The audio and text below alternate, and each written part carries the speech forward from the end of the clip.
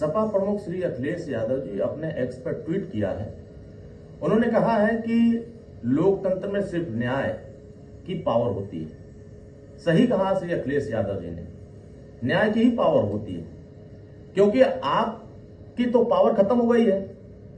आपको तो कोई सुन नहीं रहा है, कोई अधिकारी आपकी बात मान नहीं रहा है, क्योंकि जब आपकी सरकार थी तो खुलेआम गुंडागर्दी होती थी।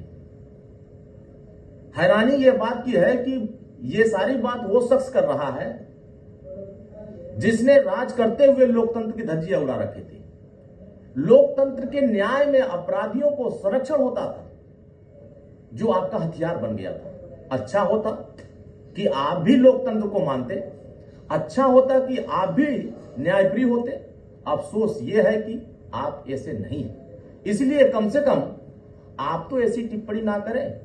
कभी सुभाषपा के राष्ट्रीय अध्यक्ष माननीय ओम प्रकाश राजभर जी को उनके जन्मदिन पर 100 रुपए की बात कह करके एक अति पिछड़े समाज के लीडर जो समाज को न्याय दिलाने की बात करता है, उसको अपमानित करने का काम करते हैं। श्री अखिलेश यादव जी को समझ में नहीं आ रहा है कि माननीय ओम प्रकाश राजभर जी पर किस तरह का हमला करेंगे, रुक जाए। ये बौखला गए, ये हताश हो गए, घबरा गए, और घबरा करके मैं देख रहा हूं अनवरत समाजवादी पार्टी दफ्तर में श्री अखिलेश यादव जी कुछ अति पिछड़ी जातियों को कुछ तीतरों के माध्यम से 10-20 सदस्यों को अपने दफ्तर में बुलाते और पीछे अपने स्वजातियों को बैठाते और उस समाज को यह मैसेज देना चाहते हैं, चाहे वो राजभर समाज हो, चाहे विश्वकर्मा समाज हो, चाहे प्रजापति समाज हो, चाहे गौड़ समाज हो, चाहे निषाद समाज हो, तमाम जो अति पिछड़ी जातियां हैं, अति दलित जातियां हैं, इन जातियों को यह मैसेज देना चाहते हैं कि हम तुम्हारे महापुरुष का सम्मान करेंगे। हमारी सरकार बनेगी तो हम रिवर फ्रंट पर, लखनऊ के रिवर फ्रंट पर हम वहां सोने की मूर्ति लगवाएंगे और भव्य मूर्ति लगाकर उनका सम्मान करेंगे। सत्ता में थे आप, 5 वर्ष आप सीएम थे, तब इन महापुरुषों के सम्मान की याद नहीं आई? तब आप इन महापुरुषों के सम्मान के लिए अपने जुबान पर नाम तक नहीं लाए? पहले अपने बैनर पर, अपने होर्डिंग पर, अपने कार्यालय में इन महापुरुषों का, चाहे वो चक्रवर्ती सम्राट महाराजा सुहेलदेव राजभर हो, चाहे महाराजा दक्ष प्रजापति जी हो, चाहे गोहराज निषाद जी हो, और चाहे भगवान विश्वकर्मा महाराज जी, यह तमाम बहुजन महापुरुष जो इस देश के लिए काम किए हैं, सामाजिक न्याय के लिए काम किए हैं, सामाजिक समरसता के लिए काम किए, और देश की एकता को बनाने के लिए काम किए, और राष्ट्र की रक्षा के लिए काम किए, राष्ट्र की धरोहर को बचाने के लिए काम किए, और देश के सामने समाज को नई दिशा देने का काम किए। आपने तो अपने इन महापुरुषों का बैनर पर तो स्थान दे नहीं सकते, अपने होर्डिंग पर, अपने दफ्तर में इनकी फोटो और इनके फोटो नहीं लगा सकते, आज प्रिंट फोटो, लेकिन बात करेंगे कि सरकार आएगी तो मूर्ति लगा देंगे। ये धोखा नहीं है तो और क्या है? ये धोखाधड़ी आप किसके साथ करते हैं?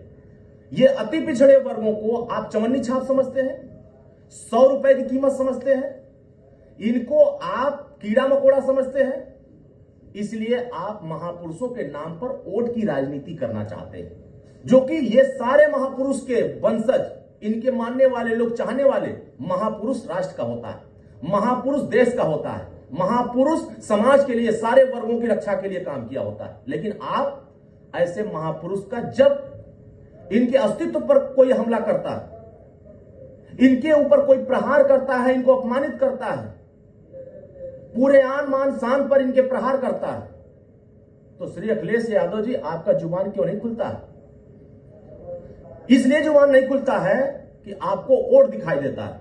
अभी हाल ही में ओवैसी की पार्टी का प्रदेश अध्यक्ष शौकत अली चिरकुट, 2 कौड़ी के आदमी चिल्लर, चक्रवर्ती सम्राट महाराजा सुहेलदेव राजभर को लेकर के जिस तरह टिप्पणी किया, अखिलेश जी आपके पास हैसियत नहीं है, आपके पास हैसियत नहीं है कि आप महाराजा सुहेलदेव राजभर का अपमान करने वाले के खिलाफ एक आवाज बोल दें। आपको ट्वीट करना चाहिए कि जो शौकत अली ने महाराजा सुहेलदेव राजभर के साथ टिप्पणी किया है, उनके ऊपर जो हमला किया है, ये सिर्फ महाराजा सुहेलदेव राजभर को मानने वालों का अपमान नहीं है, ये पूरे भारतवर्ष का अपमान है। यहां प्रधानमंत्री का अपमान है, मुख्यमंत्री जी का अपमान है, राष्ट्रपति महोदय का अपमान है, यहां आपका भी अपमान है, क्योंकि आप भी सनातन संस्कृति को मानते हैं, भारत के सनातन धरोहरों को आप भी मानते हैं, देश के सभी बहुजन महापुरुषों का सम्मान करना चाहते हैं, लेकिन आपके अंदर तो सम्मान है ही नहीं।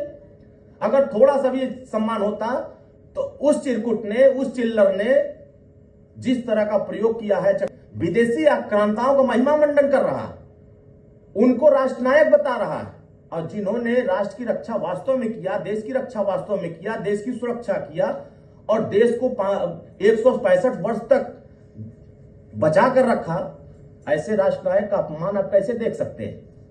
कैसे आप बर्दाश्त कर सकते हैं? आपको वोट दिख रहा है कि मुस्लिम नाराज हो जाएगा बोल देंगे तो बोलिए, हैसियत है कि शौकत अली ने गलत किया, इसके खिलाफ देशद्रोह का मुकदमा होना चाहिए, इसके खिलाफ समाजवादी पार्टी धरने पर उतरेगी, सड़क पर उतरेगी, और राष्ट्र के नायकों के सम्मान के लिए, हम उनका सम्मान करने के लिए अपने सभी जनपदों में हम थानों पर तहरीर दिला करके मुकदमा लिखवाएंगे। इसके खिलाफ देशद्रोह नहीं कर रहे हैं आप तो खुद नहीं कर रहे हैं। समाजवादी पार्टी में काम करने वाले समाज के जो दुश्मन है, ये भी जुबान नहीं खोल पा रहे हैं, कहीं हमारा आपका वोट बैंक खराब ना हो जाए।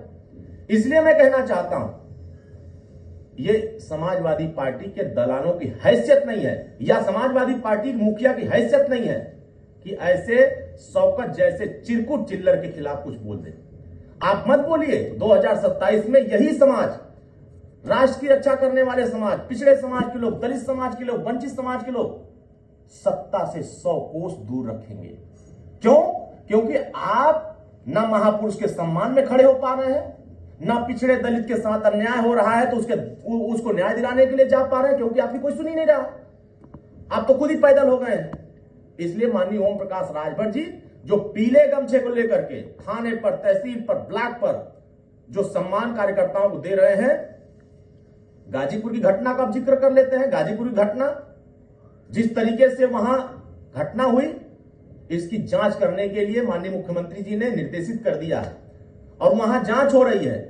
जो भी दोषी पाया जाए उसके खिलाफ कार्रवाई होगी, लेकिन यह नहीं है कि पीला गमछा पहन करके थाने जाएगा उसको अपमानित कर दिया जाए। अपमानित करने वालों के खिलाफ कार्रवाई होगी, इसकी जांच का विषय है। यह जांच होगा किस वजह से, किस परिस्थिति में इस तरह का हुआ है।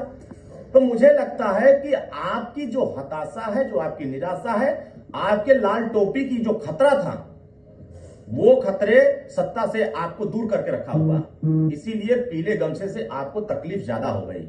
अब पीले गमछे से तकलीफ जितना ही बढ़ेगा उतना ही सत्ता से आप दूर होते जाएंगे। तो महाराजा सुहेलदेव राजभर के सम्मान के लिए बोलिए, देश के वंचित कमजोर वर्गों को सम्मान दिलाने के लिए काम करिए, ये फर्जी लफाजी करने का काम बंद करिए, क्योंकि उत्तर प्रदेश की जनता आपके चेहरे को, आपके चाल को, आपके चरित्र को बहुत अच्छे से समझ गई।